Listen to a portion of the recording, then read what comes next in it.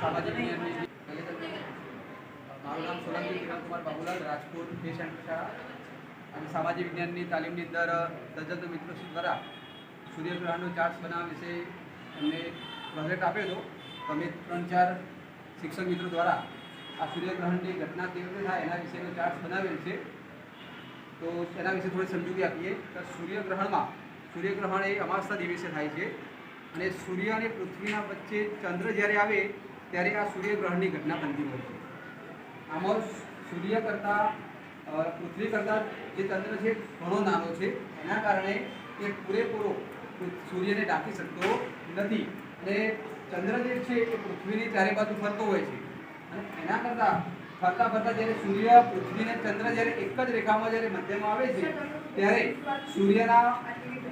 સૂર્યનો જે પડછાયો જે છે, સૂર્યનો જે પ્રકાશ છે એને અવરોધે છે ચંદ્ર. એના કારણે પૃથ્વીના અમુક ભાગોની અંદર જ આ સૂર્ય દેખાતો બંધ થાય છે ત્યારે સૂર્યગ્રહણની ઘટના બને છે. ચંદ્ર નાનો હોવાના કારણે આખી દુનિયાની અંદર આ સૂર્યગ્રહણની ઘટના દેખી શકાતી નથી, ફક્ત અમુક ભાગોની અંદર જ દેખી શકાય છે. વિશેષમાં સૂર્યગ્રહણના કેટલાક પ્રકારો પણ છે: ખંડગ્રાસ સૂર્યગ્રહણ, ખગ્રાસ સૂર્યગ્રહણ વગેરે. તો આ પ્રકારના ચાર્ટ્સ દ્વારા આપણે બાળકોને સરસ મજાની માહિતી આપી શકીએ, વિડીયોના માધ્યમ દ્વારા પણ માહિતી આપી શકીએ. લાઈવ QR સ્કેનર આવે છે એના દ્વારા પણ આપણે સૂર્ય પૃથ્વી વચ્ચે ચંદ્ર વચ્ચે કેવી રીતે પરિભ્રમણ કરે છે એના વિશે આપણે માહિતી આપી શકીએ છીએ.